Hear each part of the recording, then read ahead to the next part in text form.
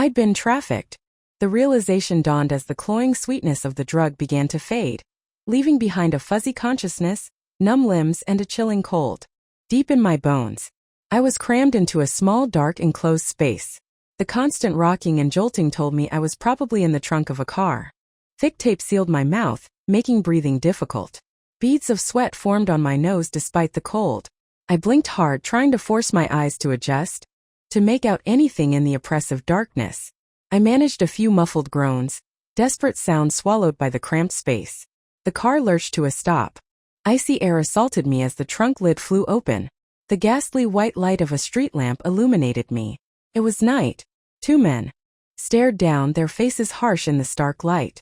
One roughly pinned my arms while the other, without a word, began hitting me. "Stay still," he snarled. Pain exploded through my body. I choked back a scream, biting down hard, tears streaming silently down my face. Fear of provoking worse violence kept me frozen. No resistance. No struggle. "Endure," a voice screamed inside my head. "Wait.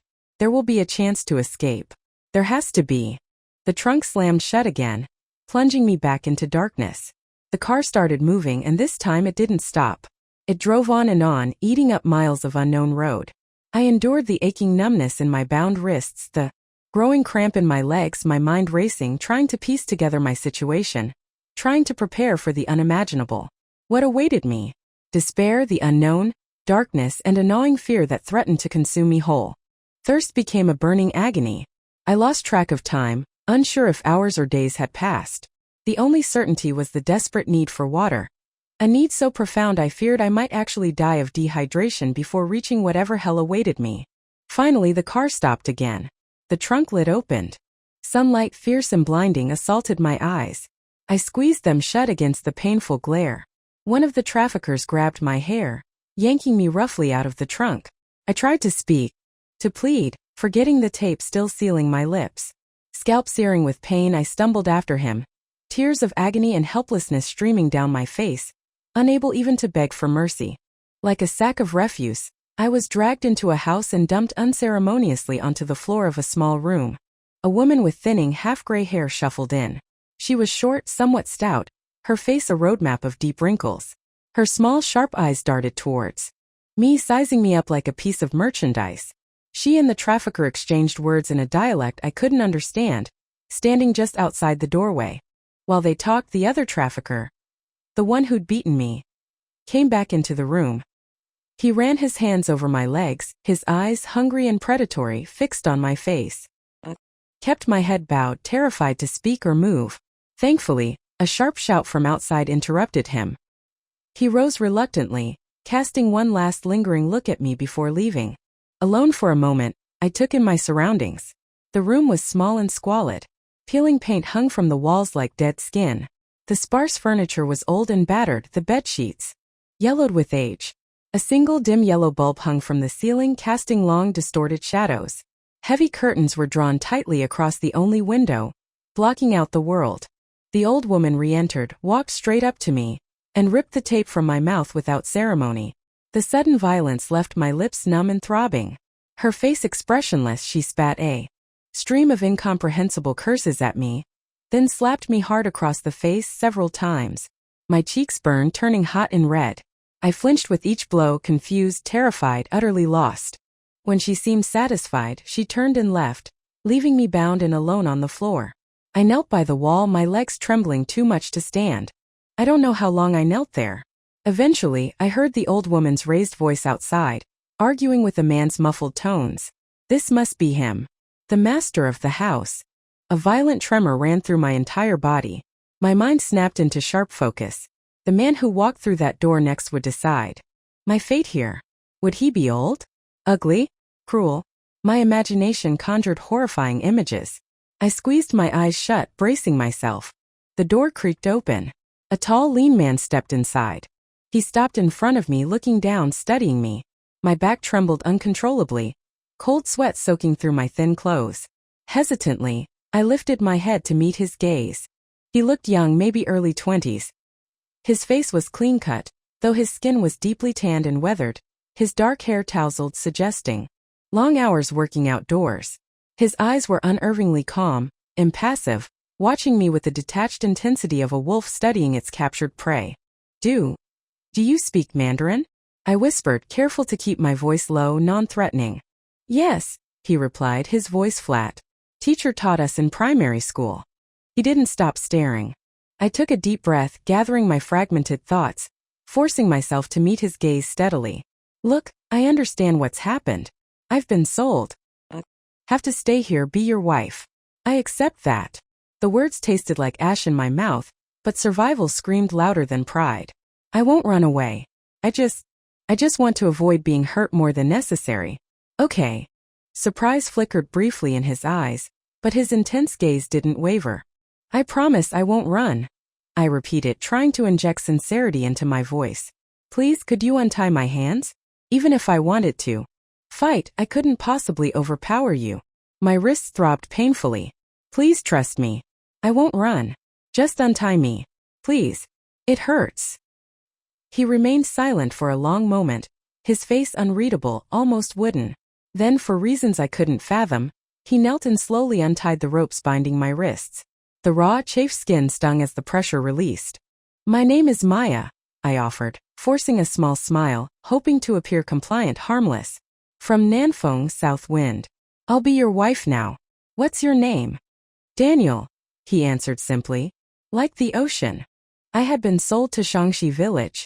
Getting here, I later learned, required a grueling 6 or 7 hour drive from the nearest town. Remote didn't begin to capture the isolation and poverty of this place. It felt like the edge of the world. That first night, I huddled at the foot of the bed, knees drawn to my chest, listening silently to the heated argument between Daniel and the old woman outside the door. It was all in the local dialect, but I grasped the gist. She didn't believe my promise not to run. Men in Shangxi village couldn't find wives locally. Poverty and isolation drove young women away, so they resorted to buying them from traffickers. Daniel told me matter-of-factly that nearly all the women in the village had been brought here this way. The night deepened. The silence here was profound, almost suffocatingly strange. Eventually, Daniel opened the door and came in. I kept my head down, unable to look at him. It's late. Sleep, he said gruffly, turning his back to me and lying down on the outer edge of the bed. I remained curled in my ball, staring at the heavy curtains where faint moonlight filtered through, a hollow ache spreading through my chest. In the months that followed, the old woman worked me like a beast of burden, chopping wood, hauling water from the well, emptying chamber pots.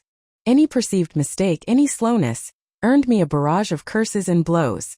My mother-in-law was volatile, suspicious. Even as I learned the chores, becoming proficient through sheer repetition and fear, she watched me constantly, her sharp eyes missing nothing, seemingly convinced I would bolt at the first opportunity. I didn't know what happened to women who tried to escape, what awaited them if they were caught. I only knew that, for now, they still treated me barely as human. Escaping felt like an impossible dream, recapture a terrifying certainty. It was easier, safer to pretend this was reality. If only this were all a dream. When Daniel first claimed me as his wife, I discovered he was inexperienced, likely a virgin. Knowing that even purchased women were sometimes available for casual use in the village, I once asked him why he hadn't sought out a prostitute. Don't know, he'd mumbled, looking uncomfortable. Marry wife, not use prostitute. Slowly, I began to understand the local dialect. Gradually, I adapted to the primitive way of life. The lack of running water, the reliance on wood fires, the endless cycle of manual labor. Daniel, in his own way, wasn't cruel to me. He treated me as his wife, expected me to fulfill that role. And I, in turn, pasted on a sweet smile each day, performing the part of a contented, happy bride. One evening, Daniel burst into our small room, his face alight with rare excitement. He pressed 2 foil packets into my hand. From Boss Ma, he explained. He came for old Lee's wedding feast today. They say women use this, make skin good. Face masks. I forced a smile. Oh good. My skin has been feeling a bit dry lately. Old Lee is having another feast tomorrow. Do you want to go?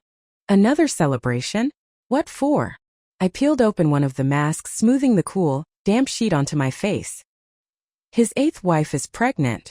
My hand trembled. A drop of the serum seeped into my eye, stinging sharply. I didn't flinch, carefully adjusting the black mask. The cold sensation spread across my skin. When I opened my eyes again, the affected one was bloodshot, burning. Yes, I said, my voice tight, forcing the smile wider. I'd love to go. That night the cicadas screamed, a deafening chorus that vibrated in my ears. I sat at a large, round banquet table, Daniel beside me, his hand gripping mine tightly. The table was mostly filled with men in their 50s and 60s. Daniel was by far the youngest among them. Besides me, there were only 2 other women at our table. To my left sat Rosie. Next to her was her husband, Mr. Zhao, a paunchy, middle-aged man with a receding hairline. Rosie looked younger, perhaps. Not yet 30, her skin pale beneath heavy layers of lipstick and dark eyeshadow. She and her husband barely exchanged a word. In a village this poor, where did cosmetics like hers come from? Boss Ma keeps Rosie, Daniel whispered to me later. Gives her jewelry, makeup sometimes. Doesn't Mr. Zhao mind? She's his wife, I asked, bewildered. Daniel shrugged. He gets money for it. Why would he mind? There's no affection there anyway. Across from me sat Marcus Zhao, and beside him, his wife. The girl. She couldn't have been much older than me. Had dirt smudged on her face, her long hair tangled like a bird's nest. Her ears were red and swollen, her neck covered in dark bruises. She wore ragged clothes made of coarse sacking and was barefoot. Marcus barked at her to eat. She didn't react, just stared blankly at the chopsticks in her hand. Enraged, Marcus slapped her hard across the face. Blood trickled from the corner of her lip. Still the girl didn't move, didn't cry out. She just blinked slowly like a broken doll. Marcus spat on the ground, grabbed her tangled hair, and dragged her onto the dirt floor, beating her savagely. Useless bitch, he roared between blows. Can't you understand human language? Should have let them screw you first. Wasted my money buying you whole. Traffickers, Daniel had explained, sold girls in 2 categories, whole or damaged. Whole meant untouched, virginal. Damaged meant the traffickers had already used them. Whole girls cost twice as much. I had been sold whole. The girl curled into a ball, hands covering her head, silent throughout the beating. When Marcus finally stopped, exhausted, she remained huddled on the ground, her body shaking uncontrollably, like a leaf in a storm. Through the tears in her sacking dress, I could see her skin was a patchwork of old and new bruises. Watching her, seeing the landscape of her suffering, a cold dread mixed with helpless fury coiled in my stomach. The other men at the table acted as if nothing was happening, continuing to eat, drink, and talk loudly. My own appetite vanished. Cold sweat prickled my back. If I failed to please Daniel, failed to keep the old woman satisfied, would I become the next broken doll?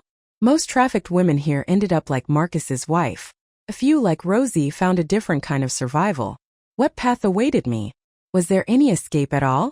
During the feast, a man dressed like an assistant approached Rosie, whispered something in her ear, and she promptly got up and left the table. A short while later, the same assistant came over to Daniel. The boss heard your wife was here tonight. He invites you both over for a drink. Daniel's face hardened. He squeezed my hand. If you don't want to go, we don't have to. I looked at him, then forced a smile. It's okay. Let's go. We shouldn't upset the boss. He led me by the hand, weaving between the noisy tables towards a private room at the back. Inside, a long dark brown table dominated the space, clearly expensive, wildly out of place. Boss Ma sat at the head. He was perhaps in his early 50s with thinning hair, yellow-black teeth, and a prominent beer belly straining against his shirt. His eyes were slightly upturned, giving him a bullish, aggressive look. His thick lips reminded me of improperly dried meat. His neck was thick, his suit collar wide open. Rosie sat on one side of him, clearly drunk, leaning heavily against him. On his other side sat another woman, younger, beautiful, wearing a dress with a thigh-high slit. Ah, young Daniel. Come sit, Boss Ma boomed. We sat down. Boss Ma lit a cigarette, making polite small talk, but his eyes kept lingering on me, slowly traveling from my hair, down my neck, pausing on my chest. It was the greedy, assessing gaze of a predator sizing up potential prey. Come on, Daniel, have a drink. Neither Daniel nor I dared to refuse. We forced down a few cups of harsh liquor. Then Boss Ma got straight to the point. Daniel, he said, leaning back in his chair, exhaling smoke. I, Ma Xingfei, have been good to you, haven't I? Give me 1,000 yuan, let your wife spend the night with me. 1,000 yuan was a significant sum in Shangxi village. I glanced nervously at Daniel. His face instantly became thunderous. No, he said firmly. She is my wife. She doesn't sleep with other men. She's just a cheap piece of goods you bought, Boss Ma sneered, taking another drag from his cigarette. 1,000 is enough for you to buy another one, isn't it? No, Daniel repeated, shaking his head. It's not up for discussion. Boss Ma flicked his cigarette ash onto the floor and gave his assistant a subtle nod. The assistant quickly slipped out of the room. Daniel, Boss Ma continued, his tone softening slightly, becoming almost wheedling. I know she's your first woman.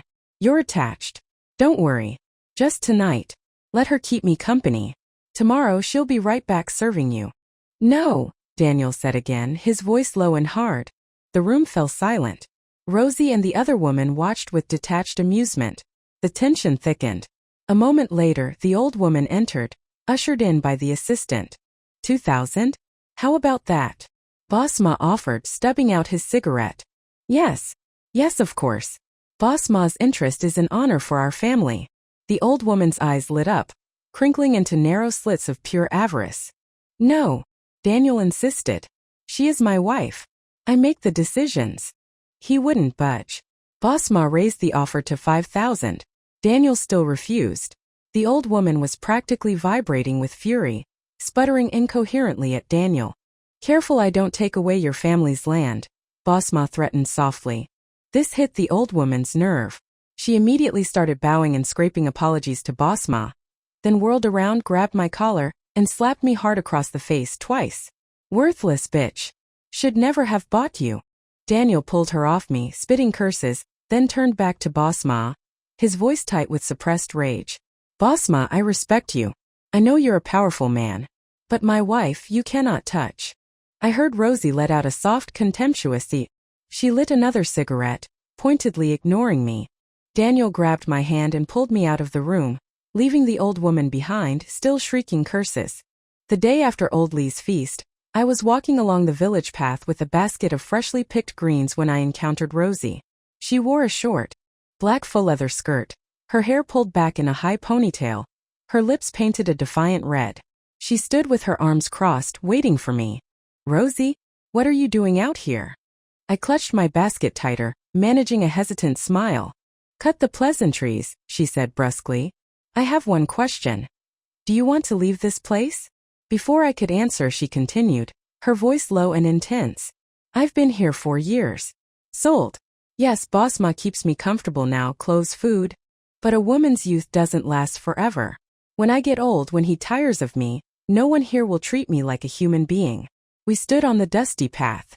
To the south lay Boss Ma's properties, his territory. To the north rose the distant mountains, a faint ribbon of road snaking across them, the only connection to the outside world. South, I asked softly, or north? It was late afternoon. The setting sun painted the horizon in hues of orange and gold, catching the highlights in Rosie's hair. She didn't speak, just turned her gaze towards the northern mountains. I smiled faintly and took a head of bok choy from my basket. Want some greens? She looked startled. I held the vegetable out, still smiling. She took it, studying it, then me. It's raw. How can I eat this? Don't worry, I said, walking past her. Next time I'll cook it for you. That brief exchange became our code, a silent pact. I never imagined that when those same words were spoken again, 3 years later, Rosie would be clinging to life by a thread. On my way back, I passed Old Lee's pigsty. A dozen or so plump piglets jostled in the muck, the stench of manure thick in the air. One piglet, noticeably smaller than the others, huddled in a corner, partially covered by a dirty black blanket. Curious, I peered closer. The piglet suddenly turned. My blood ran cold. It wasn't a pig. It was a person. A woman. Naked, filthy, kept in the pigpen like an animal. Her forehead was deeply furrowed. Her eyes sunk in pits in a skeletal face. Her lips were cracked and gray. Her teeth mostly missing. Drool trickled from the corner of her mouth. Her withered breasts hung like empty sandbags. Raw red scratches covered her lower body. Her fingernails were long and claw-like. She was emaciated, almost simian. Seeing me, her eyes widened with a terrifying feral light. She lunged towards the rickety fence, screeching, clawing at the air. I stumbled backward, falling hard onto the dirt path. Run! Don't just sit there. Rosie's voice shouted from somewhere behind me. The woman in the pen shook the fence violently, trying to break free, inhuman sounds tearing from her throat. The raw agony in her cries chilled me to the bone. I scrambled to my feet and ran blindly, desperately. I didn't know where I was going, just ran and ran. The image of the woman in the pigsty seared into my mind. I had tried to convince myself that life in Shangxi village wasn't unbearable. That besides the hardship, it was survivable. I had been lucky. I hadn't seen the true depths of the darkness here. I couldn't take it anymore. The carefully constructed facade I'd built, the mirror I'd hidden behind to avoid confronting the grim reality, shattered completely. That woman in the pen was the hammer blow. I ran until my lungs burned, until my legs screamed in protest. Then I stopped in the middle of nowhere and wept, huge gasping sobs tearing from my chest, hot tears splashing onto the dusty ground. I wanted out. I wanted to escape Shangxi village now. Darkness fell completely. Exhausted, I finally stopped running. Far in the distance, a few faint lights flickered. Around me was nothing but oppressive blackness, tall, menacing shapes of unfamiliar plants, and overhead a cold, indifferent moon. Daniel! I cried out his name into the darkness over and over. Where are you? After years of wearing a mask of forced smiles and meek compliance, the raw terror and despair finally broke through. I just needed to scream, to cry, to let it all out. I don't know how long I cried. Eventually, the storm passed, leaving behind a desolate calm. The distant lights had vanished. I stood alone in the vast darkness, an abandoned pawn on a forgotten chessboard, utterly hopeless. Much later, I heard a faint voice calling my name. Maya! Where are you? It sounded closer. Daniel's voice, drawn out, echoing strangely in the dead quiet of the night. I'm here. Daniel. I'm here. I screamed back, my voice raw, desperate, like a drowning person grasping for a lifeline. Maya! Don't be afraid. I'm coming. A fresh wave of tears overwhelmed me. I'm here. I'm here. Please find me.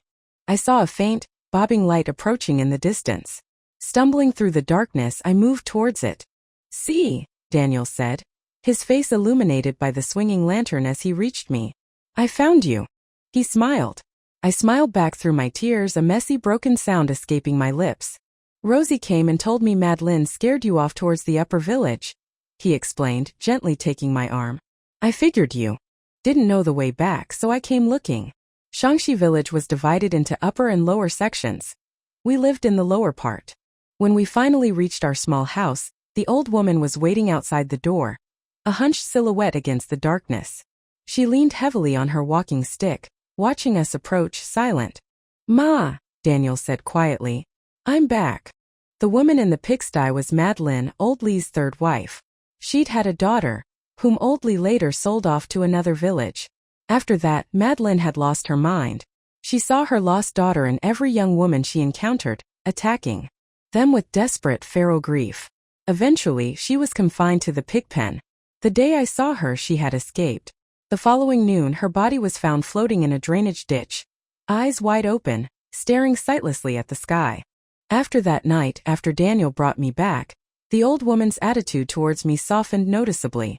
She began truly to see me as her daughter-in-law. She was still gruff, still prone to sharp words, but the beatings lessened. On good days, she might even press a 5 or 10 yuan note into my hand for pocket money. One afternoon, I went with her to the creek to wash clothes. It was a communal gathering place for the village women, usually bustling in the afternoons.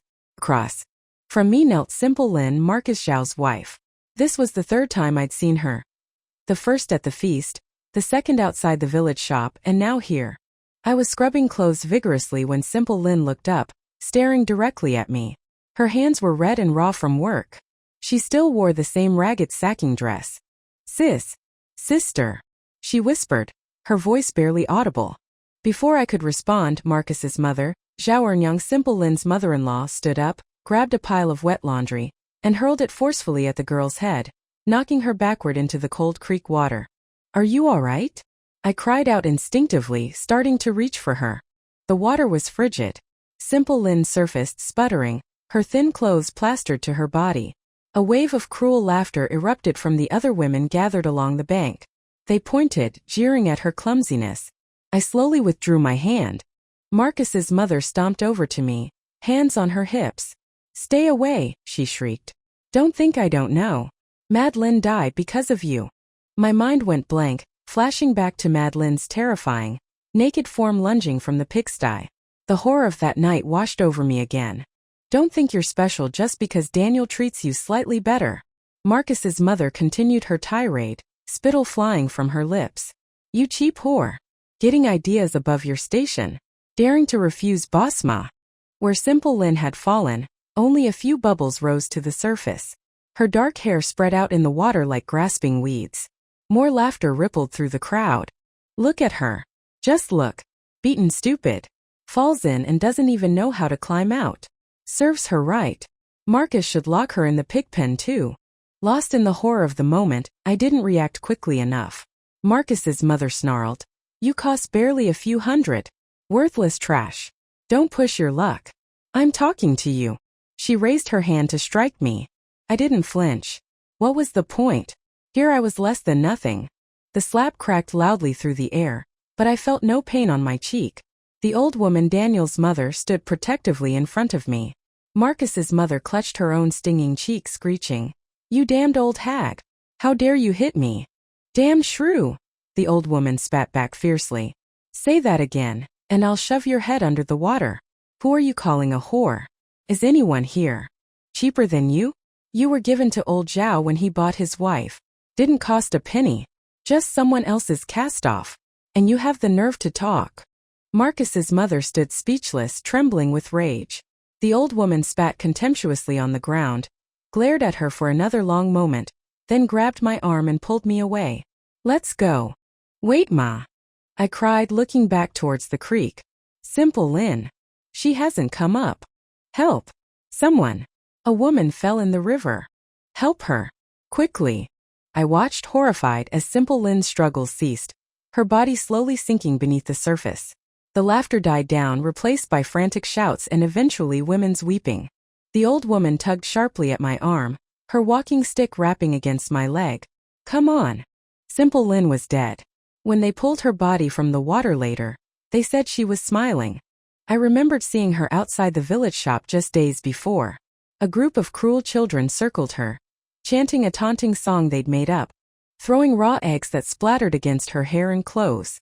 "Zhao family wife, dumb and slow, can't even buy an egg, you know. Wears ragged sacking. All year round, gets beaten up when she gets home. Ha ha ha ha." Simple Lynn had just stood there, eyes wide and vacant, clutching the hem of her dress.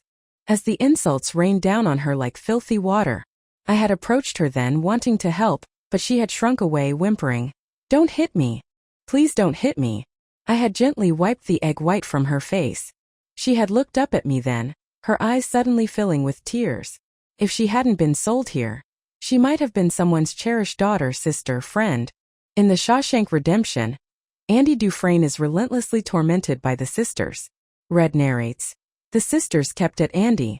Sometimes he fought them off, sometimes he didn't. After Daniel refused Boss Ma at Old Lee's feast, he became an outcast in the village. But Boss Ma, surprisingly, didn't resort to immediate, underhanded tactics. Life continued, albeit under a shadow. Boss Ma did send gifts, though perfumes, makeup, silk scarves, things meant to entice a woman. He clearly hoped I would be more receptive, perhaps even persuade Daniel. I gave everything to Rosie, who discreetly sold them to other village women.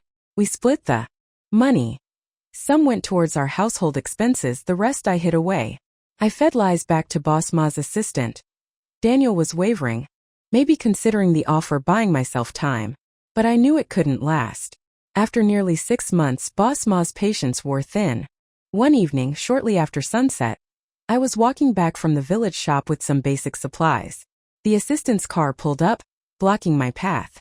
My heart pounded, the urge to flee overwhelming, but I forced myself to keep walking slowly forward, deliberately dropping small items, a bar of soap, a packet of salt behind me as I went, a desperate breadcrumb trail I prayed anyone might follow. "The boss has been waiting a long time," the assistant said coldly. "Don't make things difficult for us, girl." I looked back down the unlit concrete path stretching into the darkness. Sometimes we fight the darkness, sometimes we cannot. I was taken back to the gaudy yellow house, To the room with the long brown table. Boss Ma sat waiting, the ashtray overflowing with cigarette butts. This time Rosie wasn't there. The woman in the slit dress wasn't there. It was just me. I watched him rise slowly, his corpulent shadow stretching across the room, engulfing mine. You came. Yes. His thick lips pressed against my skin, his dirty hands roughly meeting my breasts, his heavy labored breathing ghosting over my head. The bed creaked rhythmically beneath his weight. I stared blankly at the stained ceiling, dissociating. I had once thought this room, Boss Ma's inner sanctum, must be opulent. But even here the ceiling was peeling. Money couldn't hide all the ugliness. That night I didn't hope for rescue. Without hope there could be no disappointment. My only regret was for the trail of dropped supplies, a futile gesture swallowed by the indifferent darkness. When I finally returned home in the cold pre-dawn light, Daniel was emerging from the house. The old woman was already outside, splitting firewood. Scattered across the small dirt yard were dozens of 100-yuan bills, fluttering like strange, morbid birds in the chilly morning breeze. They danced in the air before settling back onto the dirt. None of us spoke. The day passed in a heavy, suffocating silence. Life went on outwardly unchanged. The incident was never mentioned. Then, one night weeks later, Daniel went to another village feast. He came back. Drunk. Collapsed onto the bed beside me and just wept. He didn't say anything, just held onto me and cried, deep, racking sobs shaking his body. After a long time, his crying subsided. He whispered, his voice thick with unshed tears. I'm sorry. It's not your fault. The thought came unbidden. Sometimes we fight the darkness, sometimes we cannot. Daniel ended up in the hospital. It happened weeks later. Boss Ma summoned me again. Back to the yellow house. This time an expensive-looking tea set sat on the brown table. Boss Ma lolled in his chair, casually playing with the hair of the woman in the slit dress, who was perched on his lap. Make tea, he ordered me. I don't know how, I replied flatly, not looking at him. His face contorted with sudden rage. He slammed his fist on the table, roaring, Bitch! Getting arrogant? I tell you to make tea, you make tea. Think you're something special now. I took a deep breath, picked up the teapot, and began to clumsily arrange the cups. He swept his arm across the table, sending the delicate porcelain crashing to the floor. Hot tea splashed onto my hands, scalding me. So unwilling, he sneered. Haven't I given you enough gifts? Haven't I been good enough to you? His voice dripped with menace. Are you thinking Daniel will come rescue you? He spat on the floor near my feet. Worthless cunt. Let me tell you, even if he comes, he won't get you out of here. The woman in the slit dress watched, legs crossed, a smirk playing on her lips. She poured Boss Ma a fresh cup from another pot. Boss here, drink some tea. Calm down. Maybe Maya isn't feeling well today. He gulped the tea down, then abruptly sprayed a mouthful directly onto me. My scalded hands trembled uncontrollably. Ma Xingfei. Let her go. Maya. Come out. Ma Xingfei, you goddamn bastard. Daniel's furious shouts erupted from outside. Boss Ma calmly lit another cigarette, taking slow, deliberate puffs. I don't know how much time passed. My hands were numb. Finally, Daniel burst through the door. His face was swollen, bruised, his arms covered in angry purple welts. Ma Xingfei. Forcing another man's wife. What kind of fucking man are you? The assistant followed Daniel in, wielding a heavy iron bar. He brought it down hard on the back of Daniel's head. Later, they dumped Daniel at the clinic in the nearest town. Boss Ma, despite his wealth and power, didn't want a murder charge. The old woman arrived around 2 in the morning. Boss Ma and his men were long gone, leaving no money for medical expenses. Son. The old woman's face crumpled, her lips trembling. Her usually sharp eyes were filled with anguish. She turned and slapped me hard. Get out. It's all your fault. My son is suffering because of you. Pain. Physical and emotional. Get out. Should never have bought you. So much pain. She shoved me out of the small clinic room, screaming curses after me. I spent the night huddled on the floor in the drafty corridor. The cold seeped into my bones, aggravating the burns on my hands. The smell of antiseptic filled the air. I closed my eyes, shivering. Please, miss, can't you give us a break? We really don't have the money. I'm sorry, ma'am. There's no room for negotiation. This is already the lowest possible cost. Miss, I'm begging you. Please. My son is young. He can't die. I'm truly sorry, but I can't change the policy. You'll have to find a way to raise the funds. The old woman was pleading with the nurse. A severe head injury, the cost would be astronomical for them. Fighting nausea and dizziness, I pulled myself up using the wall for support and walked towards them. Ma, I said, my voice raspy. You go take care of Daniel. I'll figure out the money. Honestly, I felt no guilt. No sense of obligation. Nothing at all. It just seemed like the necessary thing to do. And those slaps last night, they fucking hurt. I spent the next day wandering the town, searching for work. No shop wanted to hire an undocumented woman with no identification. As evening fell, I found myself in the small town square where a group of young musicians were busking. I told them my story. Moved by my plight, they readily agreed to help. This next song, the lead singer announced to the small crowd that had gathered, is dedicated to this young woman's husband. He's currently in the hospital, unable to receive proper treatment because they lack the funds. If you can spare anything to help, we would be deeply grateful. Have a wonderful evening. And we wish the gentleman a speedy recovery. The band played for 3 days. Crowds of elderly people gathered each evening, clapping along, shouting encouragement. But very few donated money. I couldn't possibly ask the band for their meager earnings. Then the owner of a small noodle shop heard my story and offered me temporary work. Washing dishes, cleaning tables. I worked tirelessly for a week, saving every penny. Finally, I had enough to cover Daniel's initial hospital bills. I placed the crumpled notes into the old woman's trembling hand. A shared sigh of relief passed between us. My debt to Daniel was paid. In the frantic rush to earn money, I'd almost forgotten my own escape plan. With the old woman staying at the hospital to care for Daniel, and me working long hours at the noodle shop, her constant surveillance was lifted. I borrowed the band's cheap burner phone again. Hiding in a deserted alleyway, heart pounding, hands shaking, I dialed the number I knew by heart, glancing nervously around while trying to appear casual. Hello? It's Nicole. The words came out choked, tears immediately following. Nicole, where are you? We've been searching for you for 2 years. Aaron's voice, frantic with worry and relief. Listen, I interrupted, keeping my voice low. I can't talk long. I was trafficked. Track this phone right now. Come get me. Okay, I'm coming. Fearful of being discovered, I started to hang up. Nicole, stay safe. Wait for me. I'm coming to get you. I crouched down in the filthy alleyway, sobbing uncontrollably.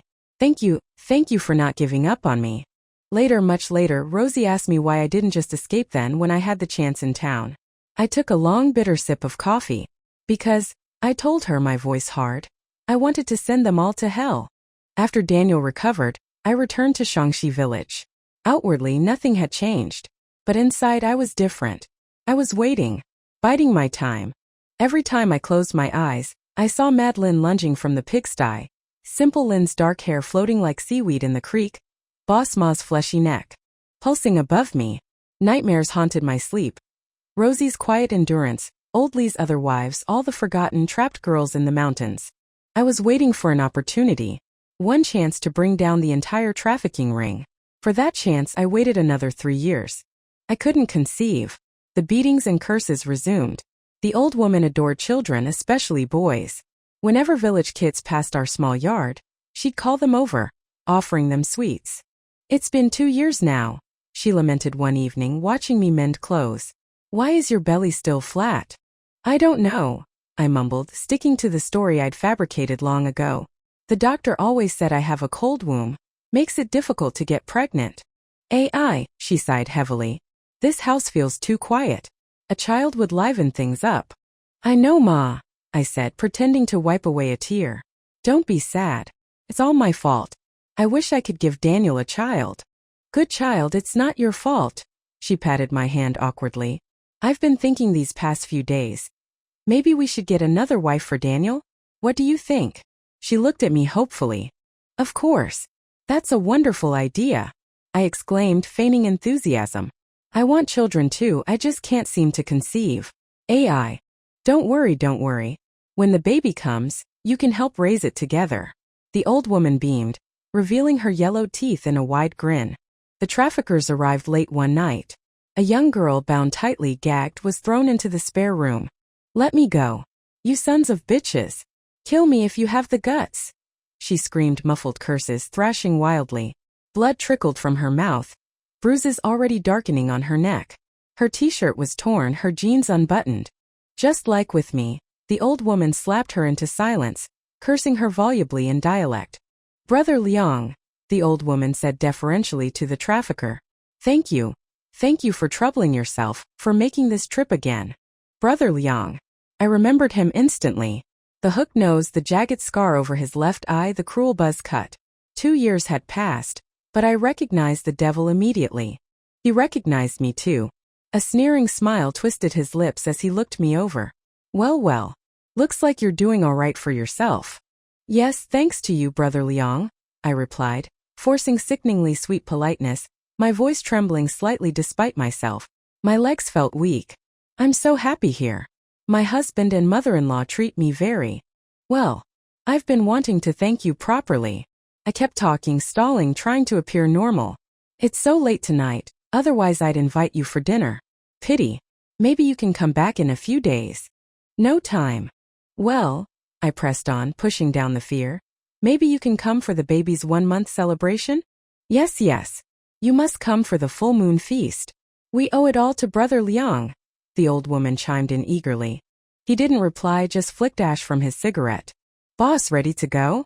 It was the short one, the accomplice who had groped me years ago. He smirked at me. "See? Women are cheap. Fuck him once and they become obedient." My forced smile faltered for a second. I pretended not to hear, repeating my invitation. "Please come join us for the full moon feast next time." Liang stepped out his cigarette, cleared his throat. "Fine."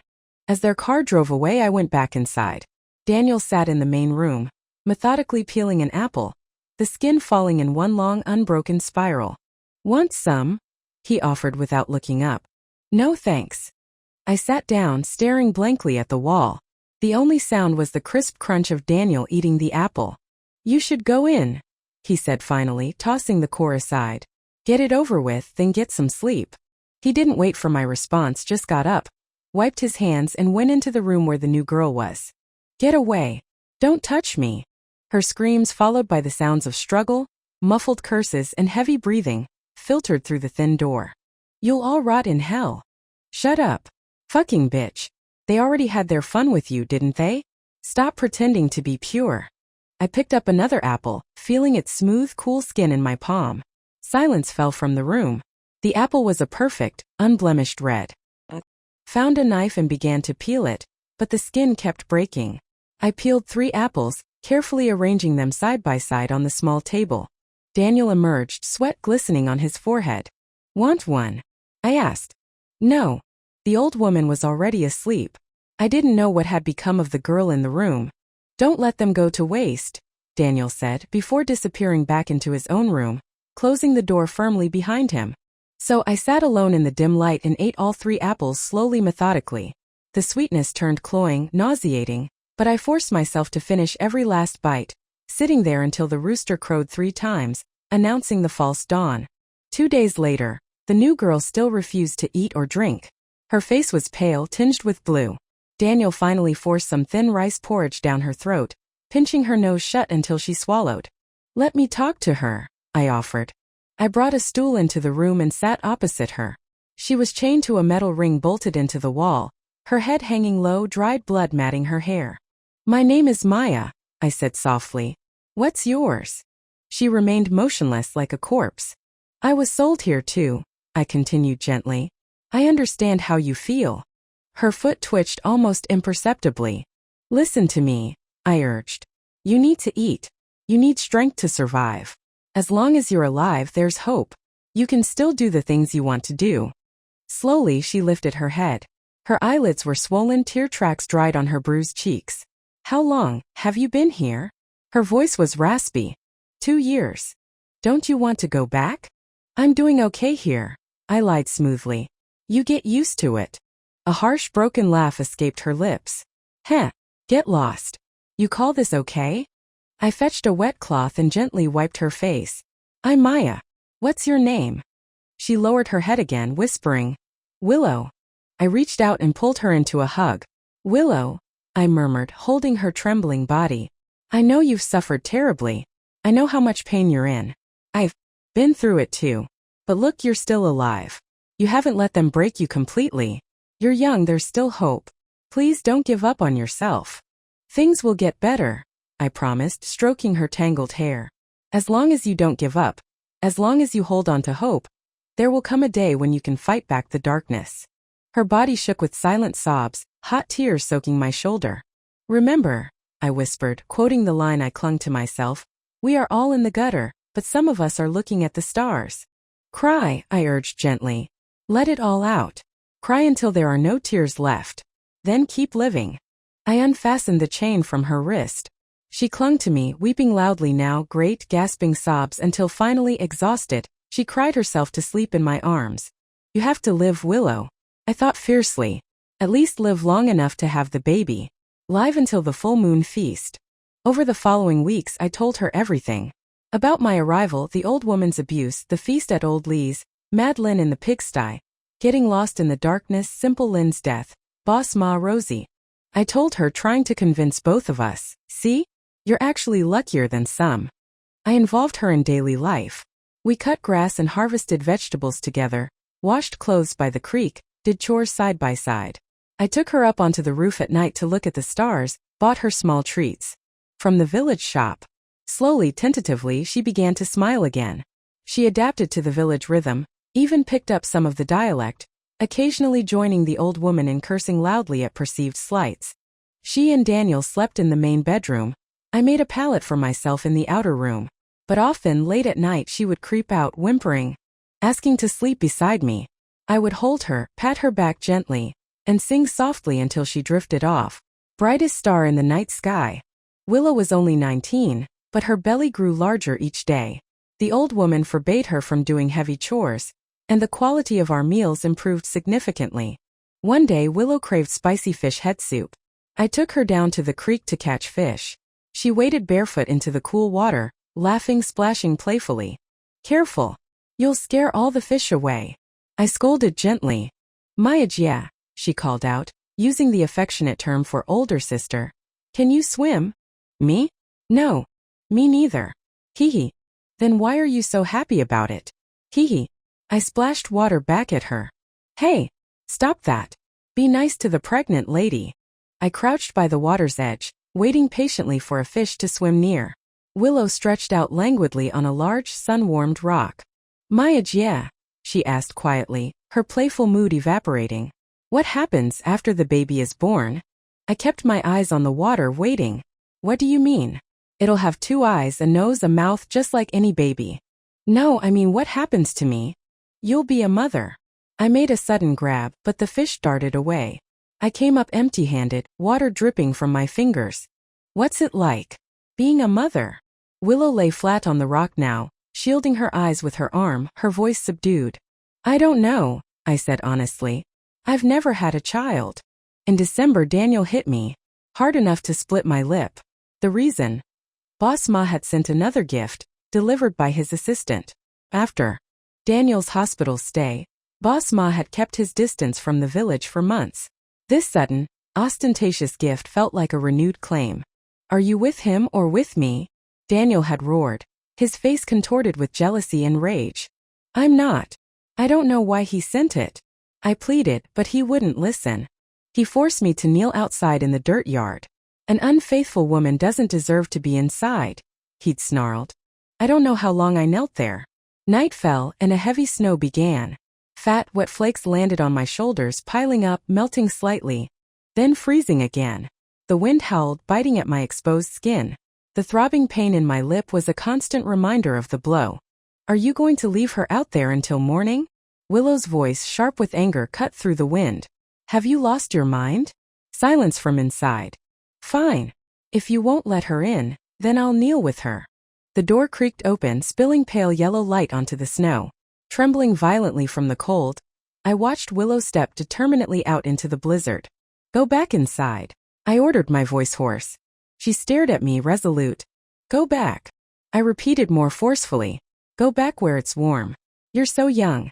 You still have a life to live. No. She knelt beside me in the deepening snow. The last vestiges of warmth leached from my body.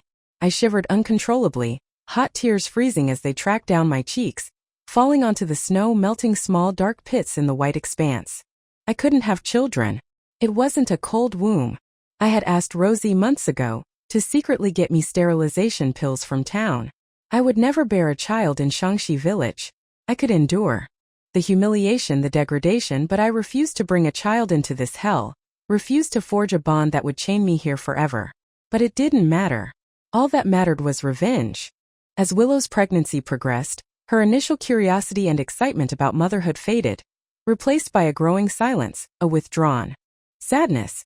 One afternoon I sat outside trying to fashion a pinwheel from cheap, brightly colored paper bought at the village shop. Maya, yeah, Willow asked softly, sitting beside me. What were you like before?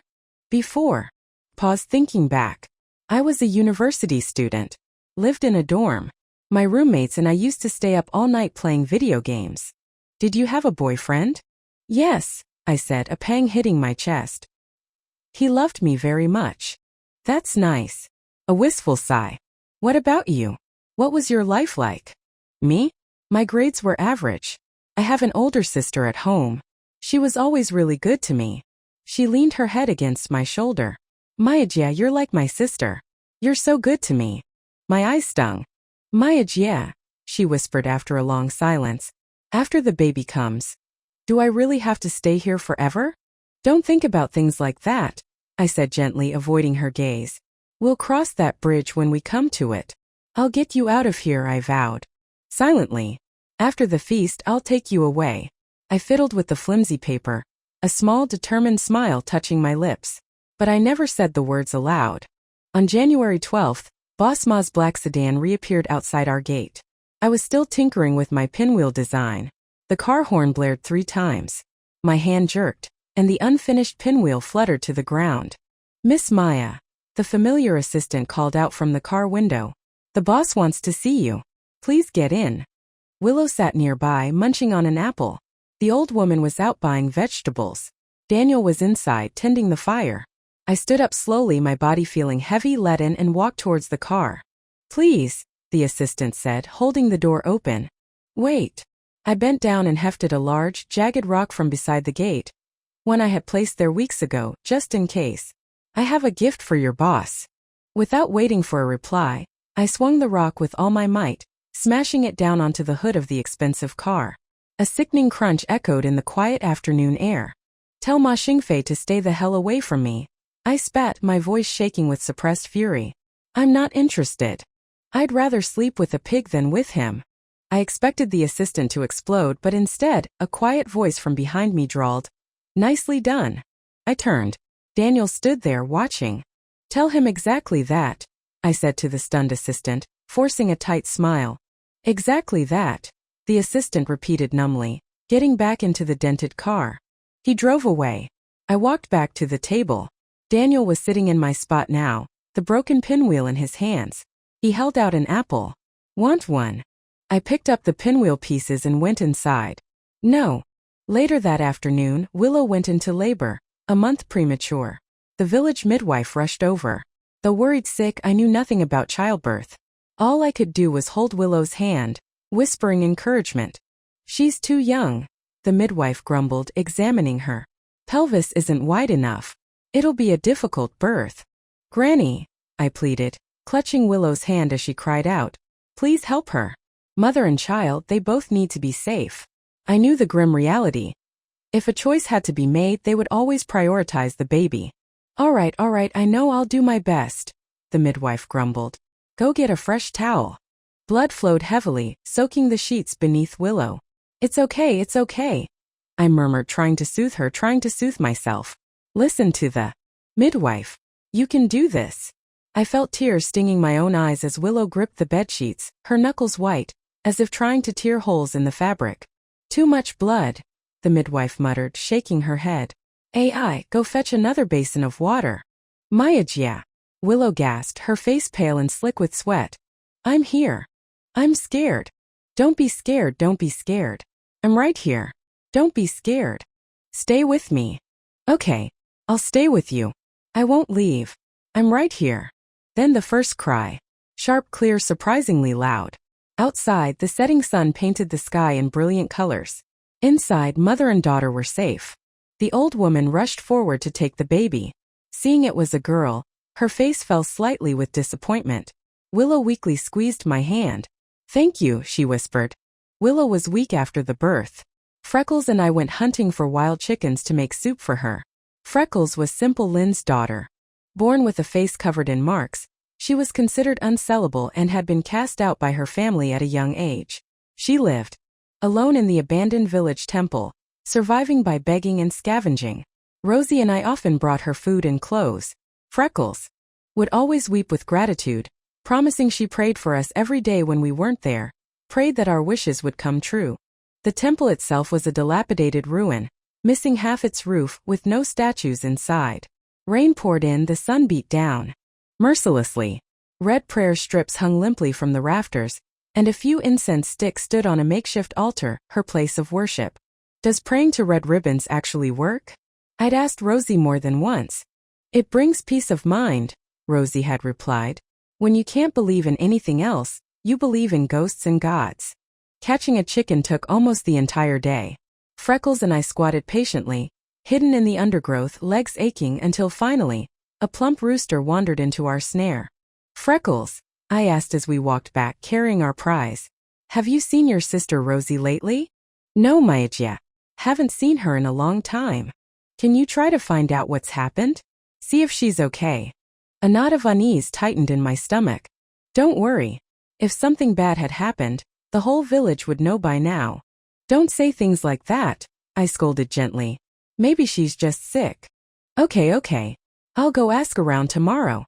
Near the end of January, the old woman started planning the baby's full moon celebration. I had finally mastered making pinwheels. I held one up, spinning it for the baby, who gurgled and laughed. Does she have a name yet? I asked Willow. They said they'll name her at the feast. Willow rested her head on my shoulder. She seemed stronger physically these days, her color returning. Maija, she asked quietly, watching the pinwheel spin. Will you stay with me? Motherhood had made her quieter, more introspective. I often wondered what thoughts drifted behind her young eyes. I murmured noncommittally. I held the pinwheel up, letting the vibrant colors catch the fiery sunset. Soon, I thought. Just wait a little longer. Soon. A few days before the planned feast, Freckles ran to find me, breathless and terrified. Maija, bad news. Bad news. It's Sister Rosie.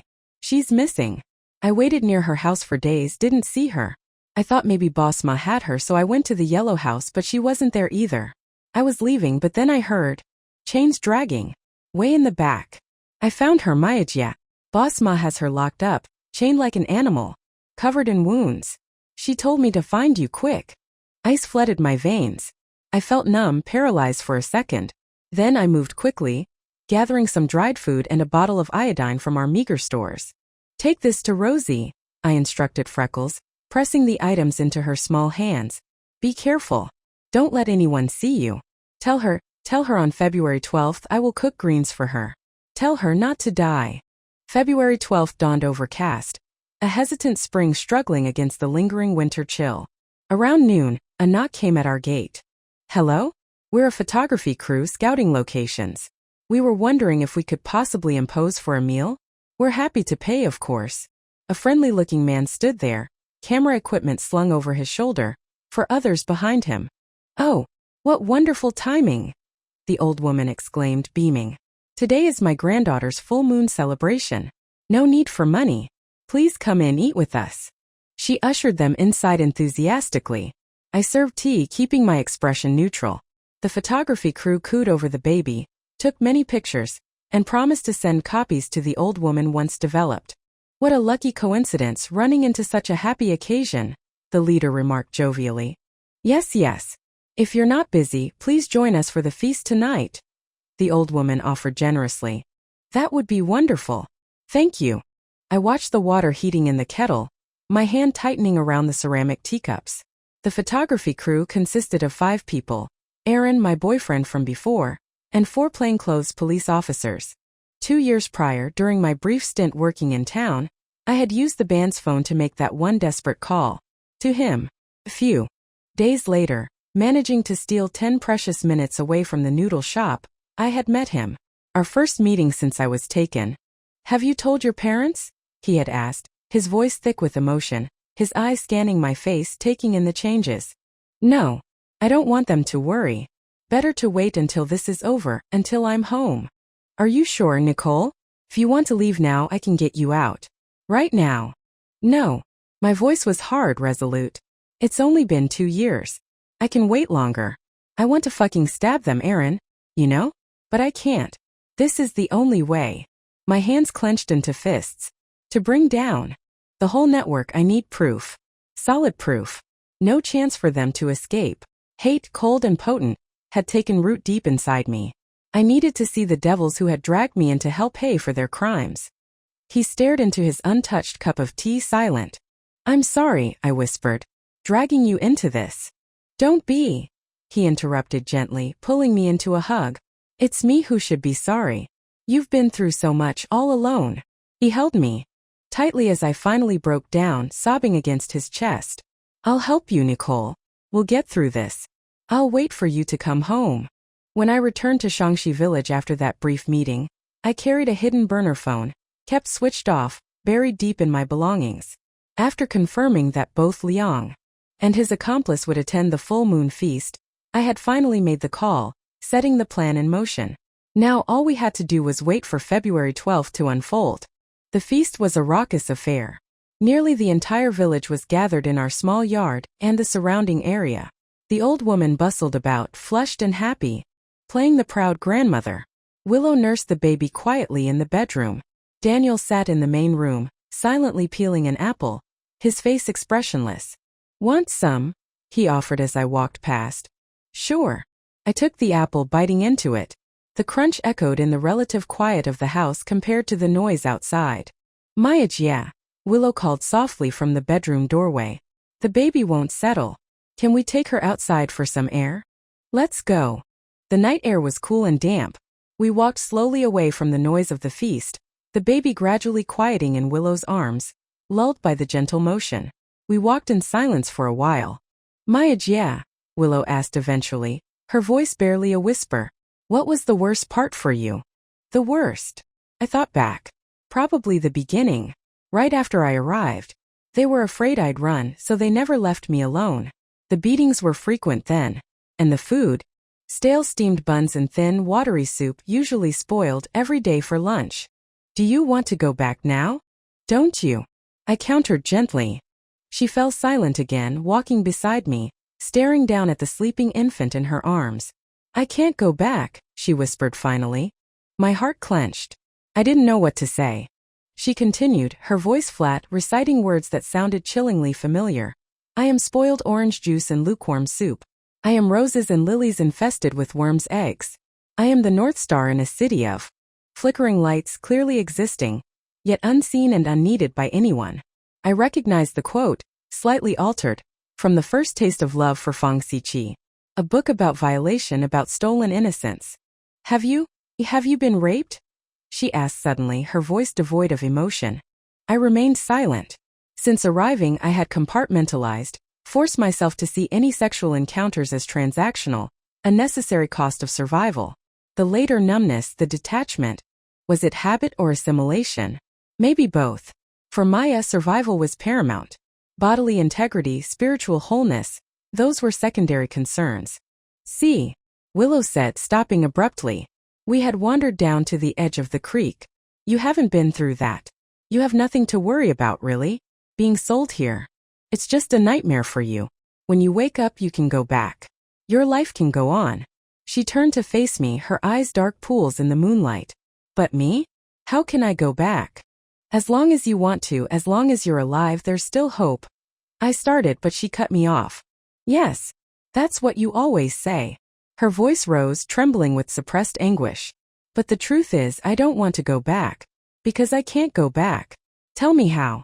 How do I go back like this?" She gestured wildly towards the sleeping baby. "Take this child back with me? How do I live my life after everything that's happened?" The baby, startled by her shouting, began to cry, a thin, wailing sound in the night air. Every time you say those things, Willow continued, her voice choked with tears and rage, it feels like pity. Pity for this filthy, damaged thing. I was gang raped. Do you understand what that feels like? No, you don't. You were whole. I was damaged goods. Do you know what it feels like? She screamed, raw pain tearing through her voice. To be ripped open? Torn apart? What right do you have to preach your empty platitudes? You know nothing. You've experienced nothing.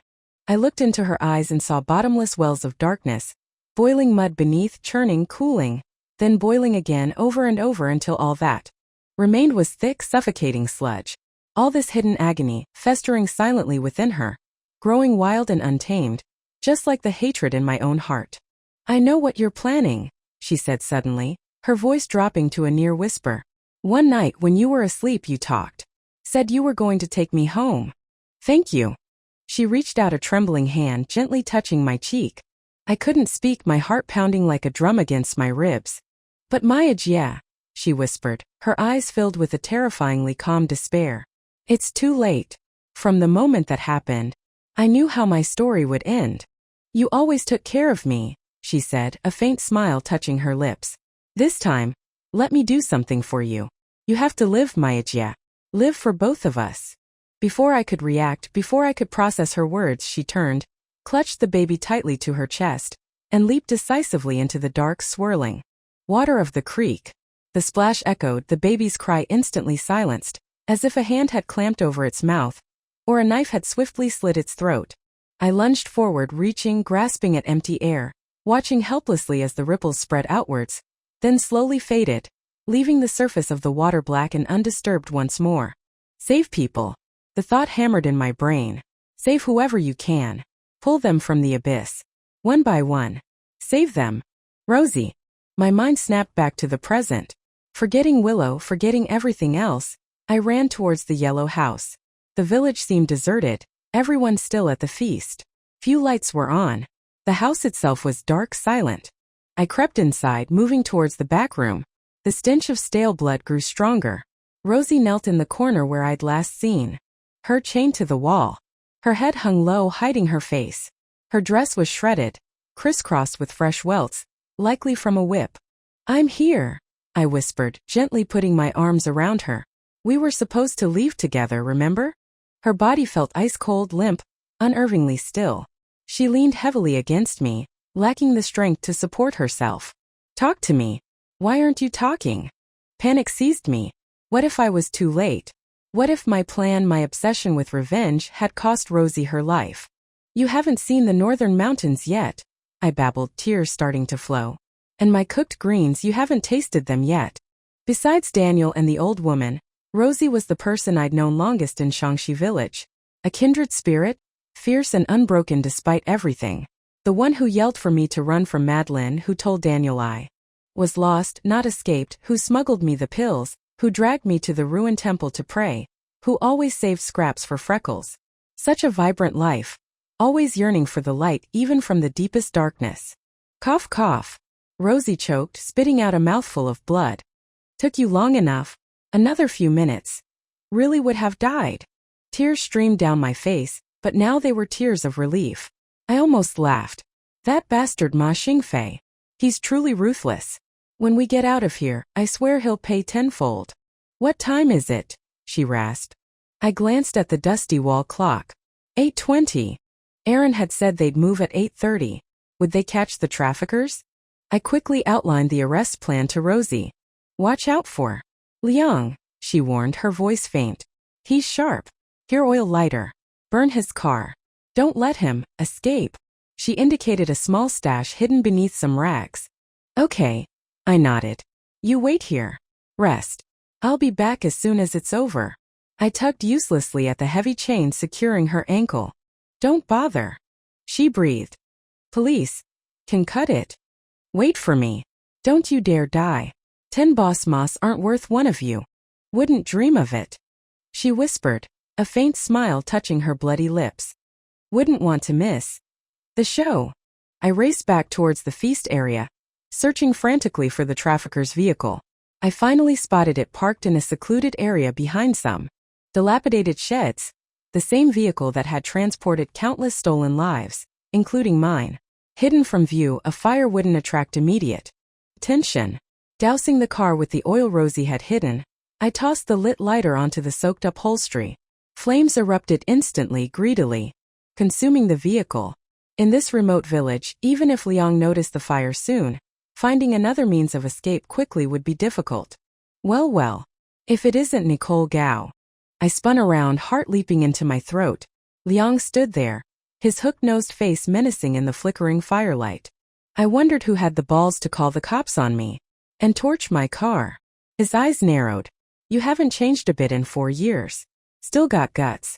Still wild. You know my real name? I stammered, forcing myself to meet his cruel gaze, trying desperately not to show my fear. Doesn't matter if I know it or not, he sneered, pulling out a long gleaming knife. Looks like you've overstayed your welcome anyway. Time to go ask the king of hell. My attempt to stall had failed. He lunged. Help! I screamed, turning and running, sprinting towards the lights and noise of the feast. If someone saw, maybe they could stop him. But he was fast. He caught me easily, clapping a rough hand over my mouth, dragging me back into the shadows. Making such a fuss on your way to the Yellow Springs? He hissed in my ear. Wouldn't one quick stab be easier? Help me. Someone please. I struggled silently, frantically. I didn't want to die. Not now. Not after enduring 4 years, not when freedom and justice were so close. I craned my neck, desperately trying to see the distant lights of the party. They're celebrating a new life, while mine is about to end.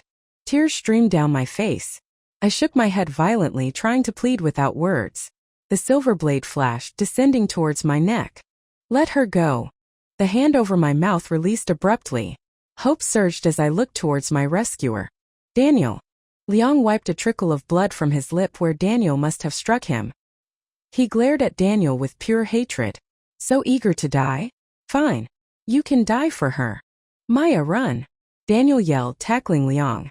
I scrambled away, running as fast as my legs could carry me towards the assembled police officers I knew were nearby, praying desperately. Don't let him die. Please don't let him die. This family has lost too much already. Don't be so cruel. When the police swarmed the area moments later, Daniel was pinned beneath Liang, the knife rising and falling, plunging repeatedly into his body. Daniel! I screamed, trying to run to him. Aaron grabbed me, holding me back firmly as officers subdued Liang. Police! Don't move! Daniel! His blood pooled on the ground, warm and sticky beneath my feet, staining the cold February earth crimson. My name is Nicole Gao. 4 years ago I was trafficked. 4 years later the trafficking ring was dismantled and I returned home. 2 months after Daniel's death, I went back to Shangxi village to see the old woman. Hearing the news of Daniel's death, Willow's suicide, and the baby's drowning all at once, she had collapsed. After a month, in the hospital, she returned to the village a broken woman, her remaining hair turning completely white almost overnight. She spent her days sitting silently, staring into the distance, lost in her grief. Granny Zhang. Granny Zhang. We want candy. The village children, oblivious, still sometimes ran up to her. A candy. She would murmur vaguely, making no move to offer them any. Confused, they would soon run off laughing. I helped her with chores during my brief visit, but words failed us both. She seemed unwilling or unable to engage. She just stared, lost in a world beyond my reach. Before leaving, I checked under the pillow in the room where I used to sleep. I found the pinwheel Willow had made, carefully unfolded now. The colorful paper squares were covered in her small, cramped handwriting. They crawl out from hell and drag me deep underground. It's full of centipede legs down there. Black things crawl all over me, eating me alive. They force their way inside me, then call me shameless. I think I've already died dozens of times. Each time they tear me in half. Maya, you won't save me. Because you're afraid to die too. If I can't live cleanly, maybe I can at least die cleanly. Leave nothing behind. Another year passed. Aaron contacted me. He was getting married. To a colleague from his office. They'd been dating for 4 years. I offered heartfelt congratulations but politely declined the wedding invitation, making up an excuse. 6 months later I received a call. It was Freckles, who had made the long trek into town to use a public phone. She urged me to come back quickly. The old woman was fading fast. By the time I arrived, she was lying frail and still in her bed, barely breathing. Freckles sat quietly beside her, slipping out tactfully when I entered. "Ma," I whispered, unsure what else to say. The old woman turned her head slowly towards me. She weakly pulled up her trouser leg, revealing a large horrific old scar on her calf. A burn mark. With trembling fingers she fumbled under her pillow and withdrew a yellowed, creased slip of paper.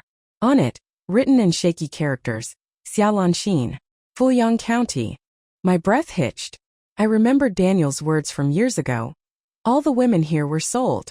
"Girl," the old woman rasped, her voice thin as thread.